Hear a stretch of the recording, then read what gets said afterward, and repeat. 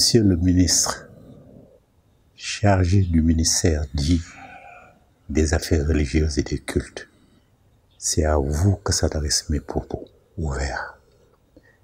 Mais je me présente d'abord. Je suis Doumbi Fakoli Doumbia, malien d'origine, sénégalais d'adoption, panafricaniste par conviction, citoyen du monde noir par devoir de combat. Je suis le président de Trois Enam Maya, Rassemblement pour la réhabilitation de la religion négro-africaine Maya. Il y a religion dedans, c'est une stratégie. Plus tard, vous comprendrez pourquoi. Je fais partie d'un groupe qui s'appelle l'Adakoro, qui rassemble des traditionalistes de plusieurs dizaines de pays et de villages du Mali. Je parle aussi au nom de millions de Kamits, c'est-à-dire des Noirs africains, du continent et de la diaspora. Donc c'est en leur nom que je parle. Monsieur le ministre, le choix du nom de votre ministère nous désole beaucoup, parce qu'il prouve que vous avez, comme vos prédécesseurs, fait un copier-coller de termes qui ne conviennent absolument pas à nos réalités. Le mot religion est un mot d'origine latine. Le mot culte est un mot d'origine latine. Le mot dina que les Arabes ont créé est un mot étranger à notre culture. Monsieur le ministre, savez-vous que ces deux peuples, les latins et les Arabes réunis, n'ont même pas 10 années d'existence. Même pas 10 années d'existence. Alors vous prenez les termes qu'ils utilisent pour qualifier des réalités qui leur sont antérieures de plusieurs dizaines de milliers d'années, pour qualifier ces réalités. Vous ne trouvez pas que c'est vraiment manquer de réflexion et manquer de respect aux traditions auxquelles vous attribuez ces noms? Monsieur le ministre, aucune langue jamais n'a été en panne de mots pour désigner des réalités qu'elle a vécues. Fouillez dans la tradition africaine, dans votre langue maternelle à vous-même et votre langue paternelle, vous ne trouverez aucun mot ressemblant à la religion ou à culte. Monsieur le ministre, notre peuple, le peuple kamite, le peuple africain noir, nous sommes les filles aînées et les fils aînés de la mère père primordiale, qui est la source de vie, que vous appelez par la langue arabe, comme vous êtes arabophone, que vous appelez Allah. Nous avons des millions d'années d'existence. Et si certains de nos aïeuls, avec leurs compagnons de millions d'années, n'avaient pas quitté le continent africain, jamais les autres races n'auraient existé. Donc sont des races jeunes, la race arabe et la race latine sont des races jeunes, les races locodermes d'une manière générale. Vous ne pouvez pas utiliser leurs termes pour désigner nos réalités. Nous sommes la quintessence, la mère père primordiale, la quintessence de Dieu, la quintessence de Allah. Elle a déposé en nous toutes ses potentialités. Nous sommes parcelle et totalité d'elle-même. C'est-à-dire nous sommes incluses en elle, elle est incluse en nous. Voilà pourquoi nous, êtres humains, sommes la dernière chaîne de l'évolution de sa création.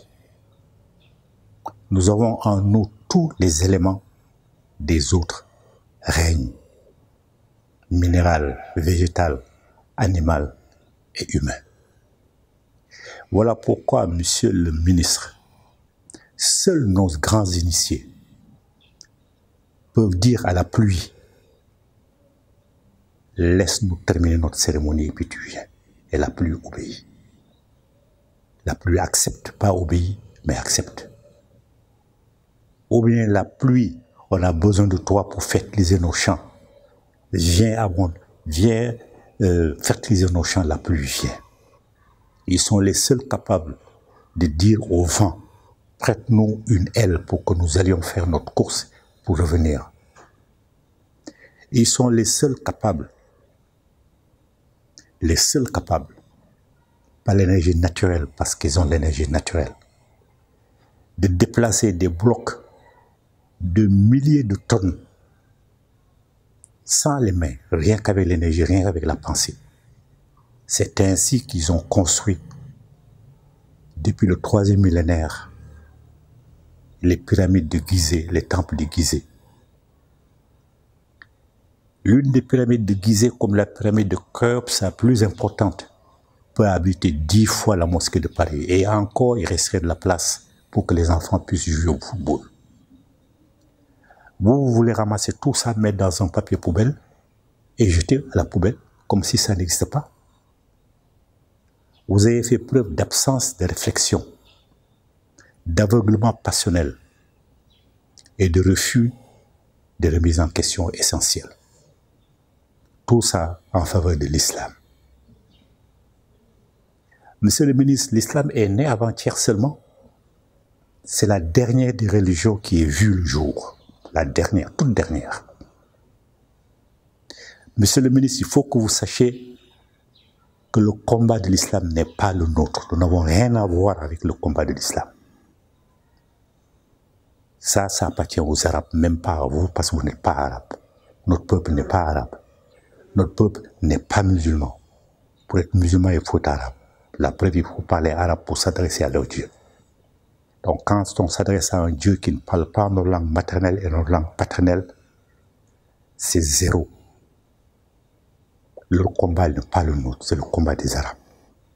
Et si Allah est aussi puissant, il lui suffit d'un claquement de doigts de faire exploser Macron.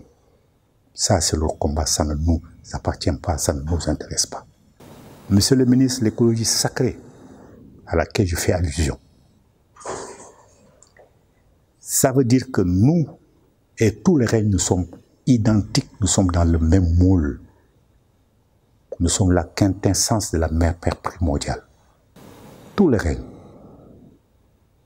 Voilà pourquoi encore certains initiés peuvent dire au lion ou à l'éléphant ou à l'hyène, accompagne-moi, je traverse la forêt, ou prête-moi ton corps. Il prête son corps, il traverse la forêt, il fait ce qu'il veut. C'est-à-dire, nous dialoguons avec toute la nature. Nous sommes les seuls êtres humains capables de le faire. Parce que nous avons compris la mère père primordiale qui a déposé en nous toutes ses potentialités et qui nous fait confiance parce que nous sommes les gardiens de sa création. Et vous voulez ramasser tout ça, mettre dans un papier poubelle et jeter et nous donner des noms qui ne sont pas les nôtres. C'est quoi un culte? Nous ne vénérons personne. Les génies tutélaires, les Dougous d'Assyrie, ce sont des alliés du monde invisible. Nous sommes des alliés. Nous ne nous prosternons pas devant eux, devant eux-mêmes, ne se prosternent pas devant nous. Ce sont des accords conclus avec nos ancêtres primordiaux pour suivre notre pays, pour suivre notre peuple, jusqu'à éventuellement l'extinction totale de la lignée. Ce sont des accords qui sont entre nous. Il n'y a pas de relation de subordination. Quant à nos ancêtres, demain ils seront nous serons demain eux, dans le cadre de la réincarnation. Il n'y a pas de relation de subordination. Nous les honorons, nous leur rendons hommage, nous pouvons les appeler vénérables, mais il n'y a aucune relation de subordination. Quant aux égrégores, c'est nous qui les fabriquons par la pensée. Donc on les fabrique par la pensée pour qu'ils obéissent, pour qu'ils remplissent les missions qu'on leur confie. Il en est de même des bolis, les objets sacrés. C'est nous qui le fabriquons. Alors il est ridicule, même stupide de penser qu'on peut dépendre d'eux, alors que c'est nous qui les avons fabriqués. Monsieur le ministre, la religion n'existe pas. Le culte n'existe pas. Ce sont des relations harmonieuses entre le monde invisible et le monde visible. C'est ça la spiritualité c'est ce que le peuple kamite, le peuple africain applique, pratique. La spiritualité, la gestion harmonieuse des rapports du monde visible au monde invisible. Parce que rien, absolument rien, de significatif ne peut être fait dans ce monde physique sans le concours du monde invisible. Et ce sont les ancêtres qui règnent en maître dans le monde invisible. Tous les autres viennent des ancêtres. Monsieur le ministre, les musulmans, les chrétiens, les juifs et tous les autres savent cela. Et les asiatiques aussi. Voilà pourquoi le seul peuple qui est à genoux, qui rampe devant les autres, c'est le peuple kamite, le peuple africain, parce qu'il a renoncé à cela. Il a oublié tout cela. Même s'il s'est fait engager dans la franc-maçonnerie et la Rose-Croix, qui sont des sociétés secrètes criminelles qui tuent pour survivre, qui se sont inspirés des nôtres, parce qu'ils sont tous inspirés des nôtres. Aussi bien ces prétendues religions que ces sociétés secrètes sont inspirées des nôtres. Les nôtres protègent un grand initié des nôtres. Les présidents qui se prétendent présidents mais qui ne sont que des gouverneurs d'enclos coloniaux, qui sont des francs-maçons, s'ils étaient dans nos traditions, dans nos sociétés secrètes, jamais ils n'auraient trahi sans payer cash. Donc souvent, c'est par le biais de la franc-maçonnerie que ces gens continuent d'essayer de dominer le monde, de nourrir le projet qui consiste à diminuer la population mondiale de 7 milliards d'habitants à 500 millions d'habitants. Tout le monde le sait, peut-être pas vous. Ce sont eux qui créent ces conditions-là, qui créent des conflits pour atteindre leur objectif. Monsieur le ministre, si vous avez étudié la question, parce que votre dossier, vous ne le connaissez pas, il est temps d'apprendre à le connaître. Si vous le connaissez, vous n'accepteriez pas que votre ministère soit en dernière position. Votre ministère doit être parmi les premiers ministères. Parce que la vision du monde d'un peuple, c'est l'ensemble de ses attitudes et des comportements, de ses comportements. L'ensemble de ses attitudes et ses comportements. Ainsi, si vous étiez à votre vraie place, et si vous jouiez votre vrai rôle, qui est de réconcilier notre peuple avec sa spiritualité, les ministres des Affaires étrangères, quand ils vont à leur rencontre, ils se rendent compte que tout le monde parle sa propre langue, sauf eux. Ils s'évertuent à parler langue coloniale pour plaire. Ils s'évertuent à se rapprocher des Arabes parce qu'ils se prennent plus arabes que les Arabes. Ou par les chrétiens, parce que même chez vous, dans votre famille, il y a des Konais musulmans, il y a des Konais chrétiens. Vous ne trouvez pas ça illogique? Alors vos ancêtres primordiaux sont antérieurs et de millions d'années à ces religions seulement qui sont nées avant-hier. Donc votre ministre des Affaires étrangères, au lieu de se comporter en vrai kamite, parler sa vraie langue, faire valoir sa vraie spiritualité. Par exemple, faire comprendre que Alassane Ouattara et l'autre Soula, Alpha Condé, qui sont indignes du rôle qu'ils jouent en ce moment. Et que la CEDEAO est aussi indigne que, parce que la CEDEAO est un syndicat de chefs d'État anti-matriotes, francs-maçons rose-cruciens, qui se soutiennent entre eux contre les peuples. Votre ministre des Affaires étrangères, donc véritable kamite, aurait remis les points sur les i. Votre ministre de la Défense, au lieu d'aller lorgner les instruments de destruction massive des autres pour défendre le pays, saurait qu'il y a d'autres façons de défendre le pays, notamment par l'utilisation de l'énergie naturelle. Je vous ai donné l'exemple de la construction des temples de Gizeh, qui consiste rien qu'avec l'énergie naturelle, rien qu'avec la pensée, la puissance de la pensée, à déplacer des blocs de millions de tonnes pour agencer de belles architectures comme les pyramides et comme les temples, dans lesquels la mosquée de Bamako, 10 mosquées de Bamako peuvent entrer dedans. Et encore, il y aurait la place pour permettre aux enfants de jouer. Votre ministre des Finances, en tant que Kabyle, saurait que c'est nous qui avons inventé la monnaie. Sauront que c'est nous qui avons inventé toute forme de science. Donc, il ne va pas mettre à genoux devant un petit pays comme la France, qui nous impose la monnaie honteuse qui s'appelle franc CFA. Il mettrait les poings sur les i et ferait valoir qu'on n'a pas besoin d'un chef de famille qui vient nous dicter notre loi. Votre ministre de la Santé saurait que l'expérience de ses ancêtres a permis de tenir notre population en bonne santé, à ce point que, malheureusement pour nous, au moment des 2 esclavages transsahariens et transatlantiques, plus de 200 millions de nos mères, nos grands-mères et ceux et celles qui étaient en bonne santé, parce qu'ils n'ont pas pris tout ce qu'ils leur prenaient sous les doigts, sous les bras. Ils choisissaient le meilleur. Et le sida, pas le sida bien sûr, mais surtout le faux coronavirus. Le mot de ces maintenant, c'est une invention. C'est une invention qui contribue tout simplement à atteindre l'objectif de diminuer la population mondiale. Tout le monde sait que ce faux coronavirus, pendant qu'il sévissait en Occident, des milliers de morts, vrais ou faux pour la plupart, parce que des lanceurs d'alerte ont fait des enquêtes. Les journalistes d'investigation de là-bas ne sont pas comme ceux du continent. Ils ont fait des enquêtes pour démontrer que les hôpitaux sont vides, il n'y a aucun malade là-dedans.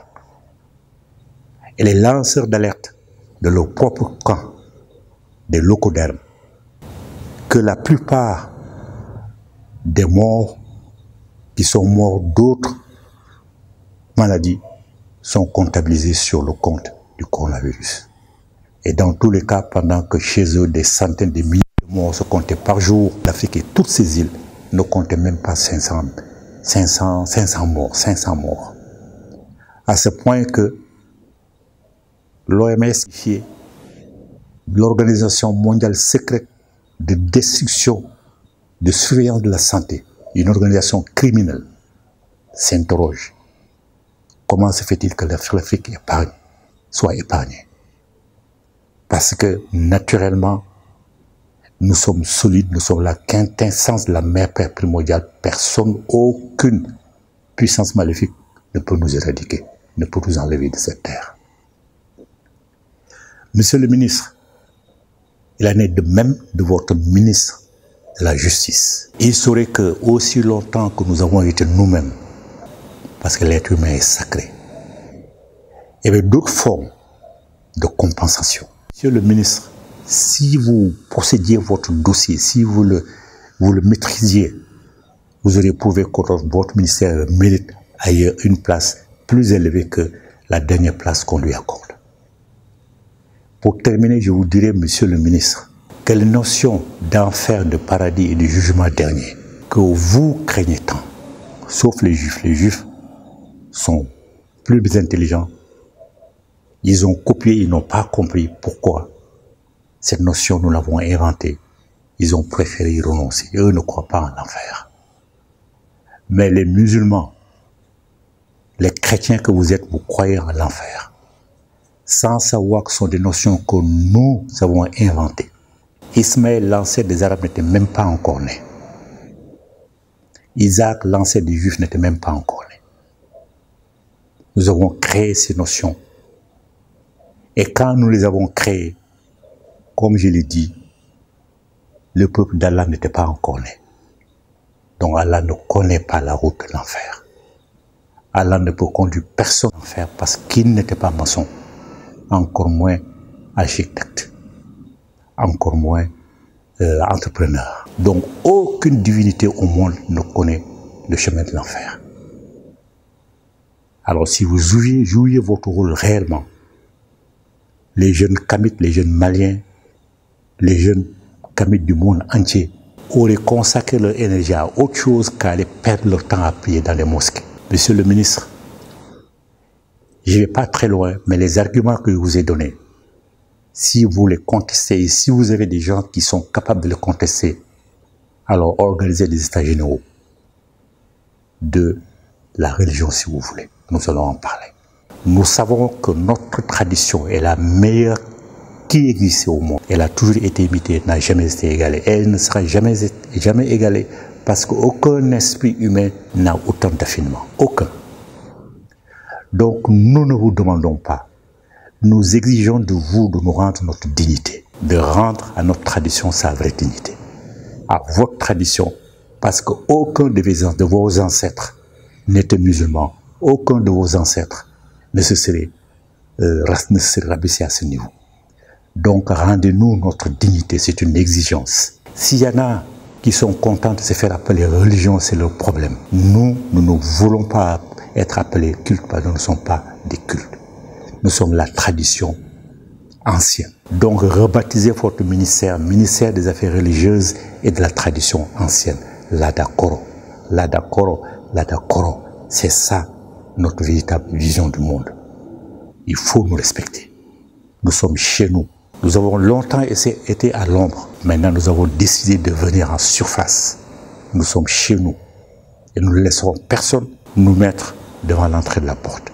Nous sommes chez nous.